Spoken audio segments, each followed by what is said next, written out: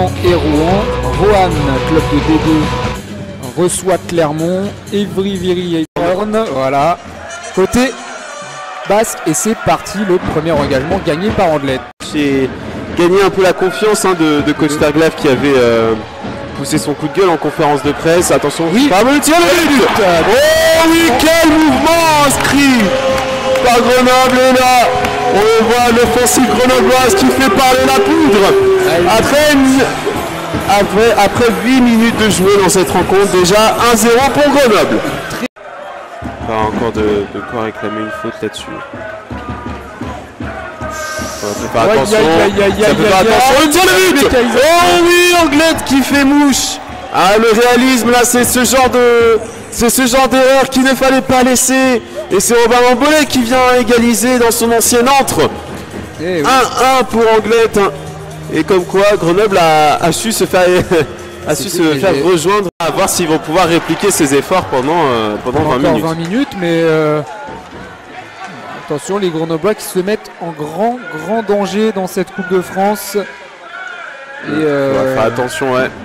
Un match qui pour l'instant ne tourne pas très bien pour les hommes des dos de Terglav, toujours accrochés. Makiken. Ouais. Oh, attention, la mauvaise passe de Makiken. Et... attention. Le but Anglette. La sensation qui commence à peut-être se faire du côté de Grenoble. Sauvé qui a cassé sa crosse sur la vitre en guise de mécontentement. Mais en tout cas, l'improbable risque de se faire à Pôle Sud avec maintenant Anglette qui mène 2-1. Il reste franchement là, si Anglette sort le palais de sa zone.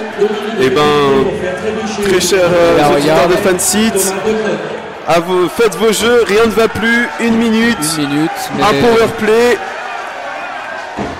un gardien sorti. On a tous les ingrédients pour une dernière minute de folie. C'est la dernière, ouais. Makiken. Et Palais qui sort, non, ça reste dans la zone. Au tir. C'était un petit peu désespéré ce tir, parce qu'il n'y avait pas grand monde. Ouais, il était quand même bien tiré, même s'il y avait... ça se bat fort, il n'y avait aucun obstacle à la vision d'Eric Chiron. Allez, 29 secondes. Il n'y a pas de dégagement interdit. Allez, maintenant il est temps de sortir la ceinture là du côté de Grenoble. Il reste 22 secondes. C'est Palais qui est perdu, ça peut faire... Le tir. Oh là là, on est passé à 2 mm d'un exploit complètement fou de Makiken. Allez, il faut tirer, garçon. Et c'est fini certainement là-dessus. Oh, attention. Oh là là. Terminé, Anglette qui va... Attention, peut-être la dernière. Le tir de Makiken, mais non. Oh, l'Anglette qui va... L'Ormadi d'Anglette qui va sortir Grenoble. Oh là là. Quelle surprise ce soir à Pôle Sud. Une sensation. Malgré une dernière minute folle où Anglette a souffert. Grenoble qui sort par la petite porte de cette Coupe de France. Le champion en titre, le champion de France en titre. Ouais. Éliminé dès les 8e de finale. Et ce que je disais en début de match, ça devient une mauvaise habitude côté grenoblois de sortir prématurément de la Coupe de France. C'est la 3e fois de suite que ça arrive.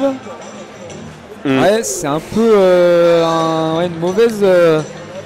une mauvaise soirée pour Grenoble qui a ouvert le score et qui n'a jamais su derrière cependant se faire la décision.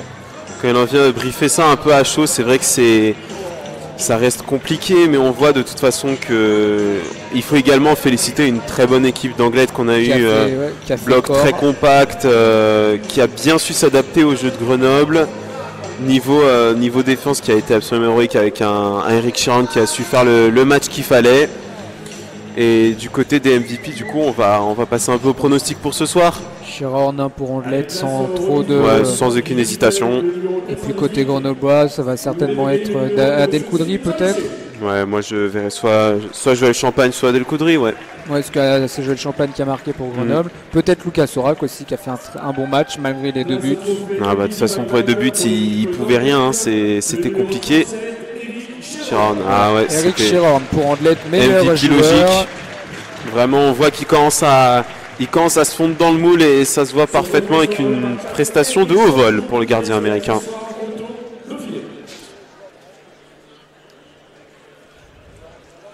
Côté Grenoblois, on va voir, non? Peut-être Lucas Orac. Merci.